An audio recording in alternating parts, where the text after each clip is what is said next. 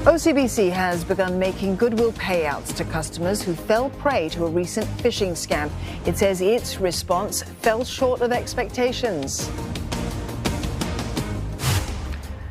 Well, for more, we're joined now by Professor Lawrence Loh from NUS Business School. Good evening, Professor Loh. How would you characterize this move by OCBC to make these goodwill payouts?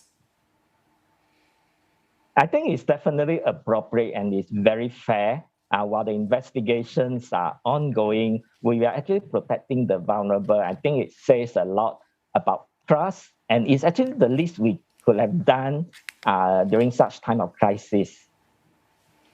Professor, as you say, it may reflect trust. OCBC says it's doing this on a goodwill basis. But does this kind of payout reflect any shortcomings on the part of the bank?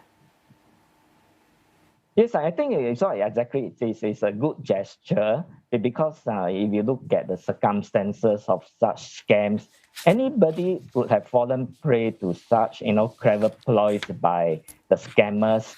And I think it's not really a shortcoming, perhaps at this time in the admission in the system or scam related wise, but actually the shortcoming would be now perhaps in the customer service and also in the response time.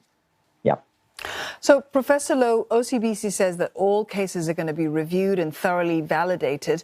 But how should authorities or banks determine the amount of culpability here and the degree, perhaps, to which either party might be responsible?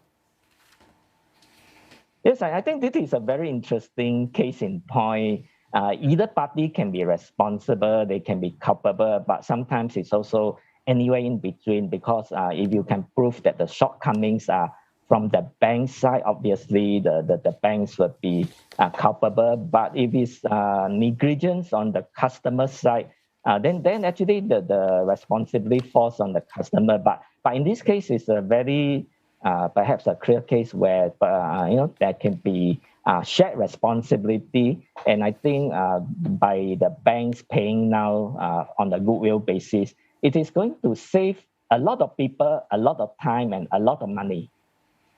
Professor, some cases, as you say, may be clear-cut, some others less so.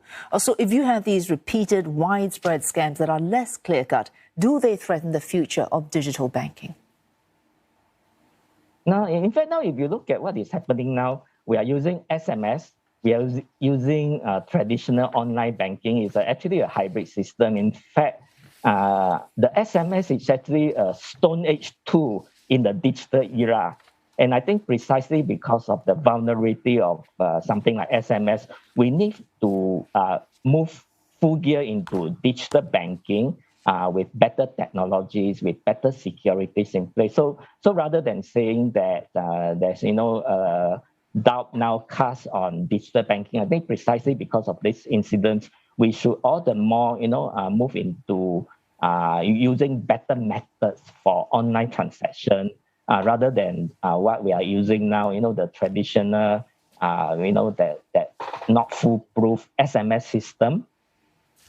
All right, thanks so much indeed for that. Professor Lawrence Loh from the NUS Business School.